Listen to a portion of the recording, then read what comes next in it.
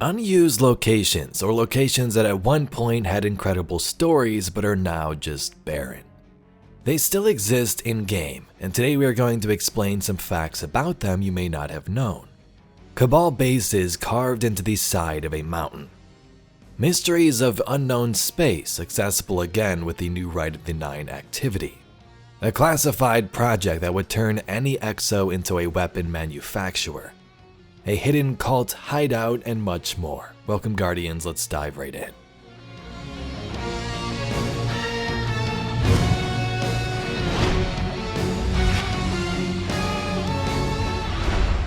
The tunnels in the European Dead Zone. When's the last time you just patrolled through this space? It's still there, wide in the open. It isn't hidden behind any barriers or things like that, but doesn't have a use anymore to my knowledge. This was first used during the Red War campaign, when the Guardian was searching for Thumos the Unbroken and trying to keep their massive ship on the ground. This mountain cave was hollowed out even further, excavated by the Cabal and turned into a base. This is where they stored some vehicles and weapons. I think during that campaign mission you even fought a couple of tanks. This spot was also where Amanda Holliday died during Season of Defiance, when forces of the Witness and the Shadow Legion would attempt to capture and destroy innocent civilians. So this place used to be used for a lot. I think Guardian Games activities also took place here when the missions were replayable, but now it's just a barren cave with a couple of enemies.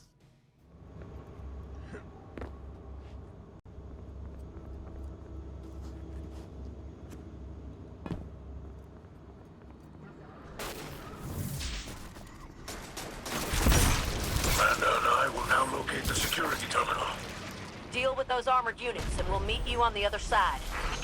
I see you, Guardian. I'm in the surveillance room above. I'm splicing the security network now. I will soon locate the captives.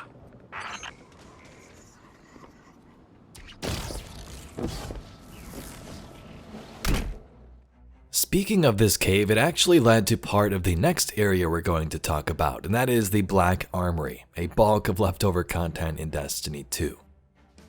If you played this game, you know about this. If you are new, you might have stumbled upon it and wondered, whoa, what was this used for? Just after the Red War, a group of Fallen called the Kel's Scourge began to invade and search for tech belonging to the Black Armory, remnants of a Golden Age weapon foundry created by various families. Ada 1 was at one point a human, Adelaide, who was injured. She was turned into an exo and mobile forge. After the collapse and all that calamity, Ada hid in the city, specifically the tower wall we are actually in, where there was a Black Armory stronghold the whole time. This was a location we could visit during the Black Armory DLC, and it looked like this: different weapons around the area, and a sort of central hub in the middle where Ada stood as a vendor. This whole room used to be where the current Ada Synthweave room is now. So Ada actually had a much bigger purpose before, compared to Ornament Vendor now. But these weapon forges exist in various places. There's 2 on Nessus and 2 in the European Dead Zone. Each forge was inspired by one of the founder families. So the Izanami Forge by the Satu tribe, and created handling weapons like bows. The Gofanin Forge by the House of Mayrin, crafting precision weapons like snipers.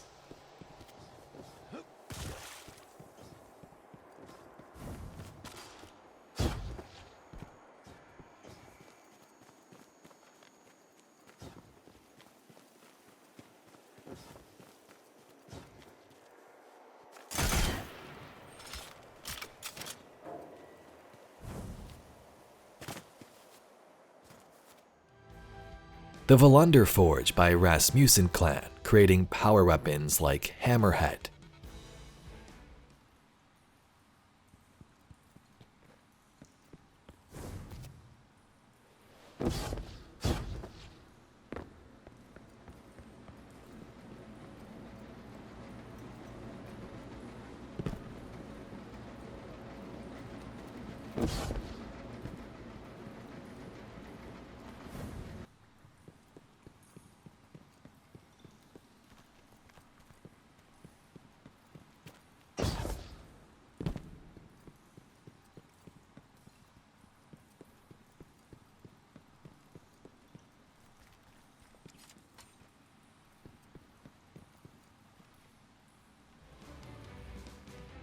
And the Berguzia Forge was the most interesting. This one was housed in the Niobe labs and protected heavily compared to the other three. One of the goals at Project Niobe was to turn exos into mobile forges. These families worked together to create the weapons, but also had a member among them that belonged to Clovis Bray at one point, so they knew how to kind of create these exos, hence how Ada became one. Imagine if your exo could just walk around and mass produce weapons. That'd be pretty crazy.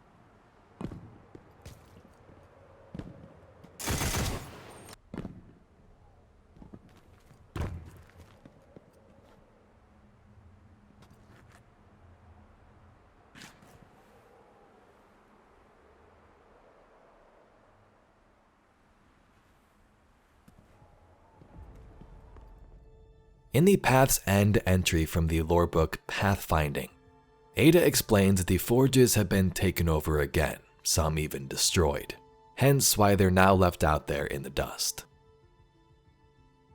Ada 1 heard the chirp of a comm channel opening before a distorted voice spoke. "I've got eyes on entries and exits. Looks clear." She stepped through a rusted doorway into a courtyard. The wind whistled through the torn seams of decrepit structures and raindrops crackled on loose metal plating. She walked through the muddy soil and stopped where the Berguzia Forge used to stand. "Curses," Ada spat. Her hands fidgeted as her gaze wandered aimlessly around the nearly barren landscape. Artemis 5 perched on a broken pillar, her scope methodically rotating through doorways and windows while her ghost floated patiently overhead. The only two members of Ada's escort lounged against a broken wall to the rear, silently watching the Black Armorer. She looked back, studying their featureless helmet plates, then quickly turned away. Her foot clanked against something hard and metallic.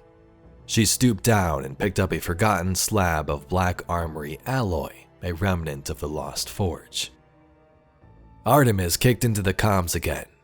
"That forge tech? Any clues of what happened here?" Ada sighed as she studied it. Scorch cannon sears, wire rifle cuts, kinetic ricochet marks. "Almost like there's been years of combat here," Artemis quipped sarcastically. "How astute," Ada said dryly. "There's nothing more to glean here." She took a deep breath, a useless gesture in her exo body, but a compulsion nonetheless. "Sun's fading," Artemis said. "Devram's got eyes on a fallen raiding party. Not heading our way yet, but I'd rather not take chances. You have what you need?" "Hardly," Ada said, "but we won't find much else. This area has been thoroughly scavenged, same as the others." "Fallen?" Artemis asked. "With no guardians bothering to stop them. Could have been anyone." Artemis winced. "I can only imagine how you must feel. The Vanguard had a tough call to make. Planetary evacs came first. And now they're on to exciting new frontiers, while I'm left with nothing but rubbish," Ada said, her voice full of false cheerfulness. So that's part of that card, and I guess it fits with why we haven't been going back here lore-wise, but the mystery of these locations for new players I'm sure is great to stumble across. In the European Dead Zone, you may notice an entire right side of the map that's unexplorable from patrol. This is the Hangman's Pass. This location was actually used recently in Heresy's opening mission, but it has always been in-game and was first used in the Curse of Osiris. There's many cool spots to explore, like the shoreline of the lake, many tunnels that at one point likely led to other locations, and it makes you wonder how this zone got its name. But beneath the main feature, the tower, this was where the real magic happened. Turns out the Cult of Osiris used this place as a mini outpost. When Sagira, Osiris's ghost, was damaged on Mercury, a hidden agent would find her in the sands and bring her to Ikora. Ikora would then task the Guardian with taking her to this Cult of Osiris location, found at the base of a radio tower in the European Dead Zone, where we fused her with our ghost to sort of bring her back. During that whole expansion, Sagira essentially was our ghost. She spoke in place of him as we went about our adventures. She's not dead. Her name is Sagira. I've known her a very long time.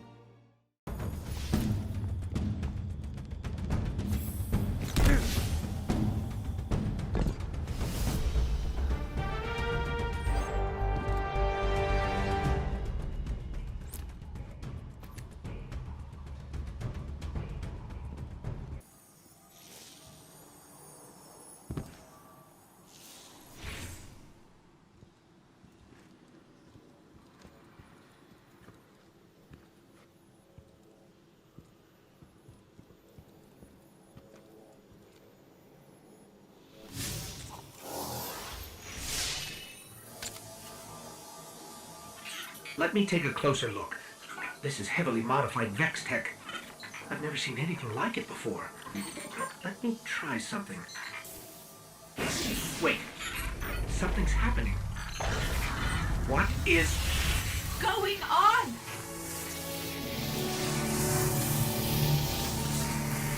Whoa! New shell. Who? Did you actually just put me in a strange machine you've never seen before? Who does that? Sagira.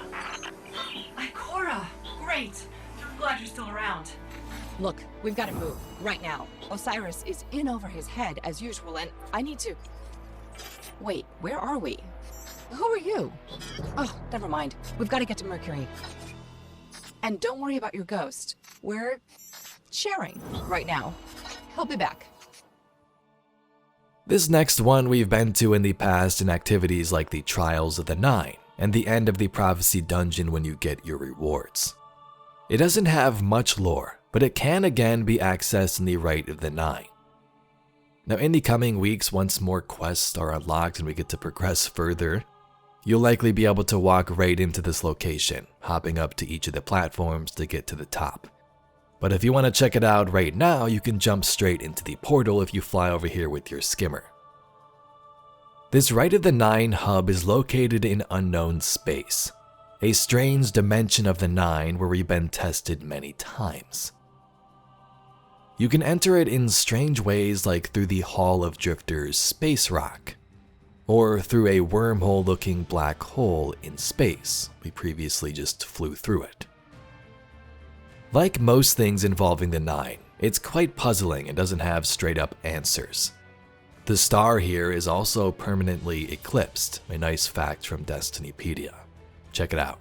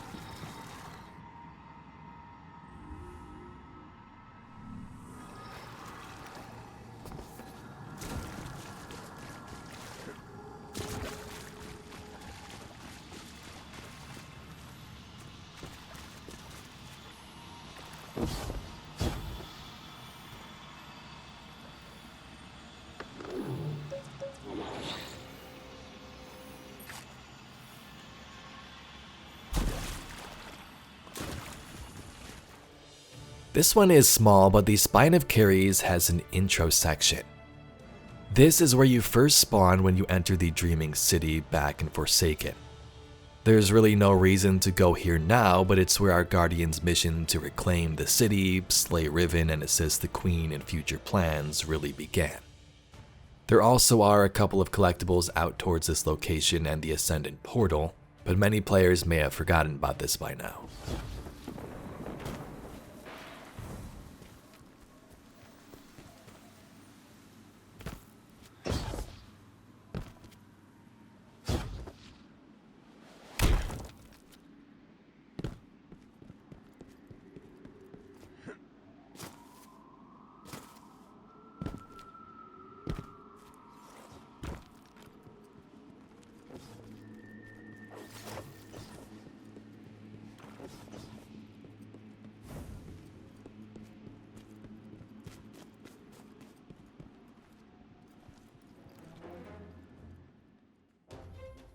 Another location, just like the previous one that's in-game that you may have forgotten about, is the Penguin Room right next to Varix on Europa. Across Europa, you can collect a bunch of different penguins that look like this. In lore, we learned about Micah 10, who previously was a child on Europa, her father assisting Clovis Bray in his creations. We know that Micah clearly has a connection to the Traveler given our interactions with this character in the final shape. But the lore connects all the way back to that Eventide colony on Europa, where letters were written to the Traveler, and where she too collected penguin plushies, named after famous people from the Golden Age. For example, Anna, Elsie, Clovis, and some of the first astronauts in the Ares 1 mission to Mars. But anyway, Guardians, that's all we got for today's video. Every once in a while, it's fun to explore Destiny's locations, some of which we still use, and some of which haven't been used in a while but still exist in-game.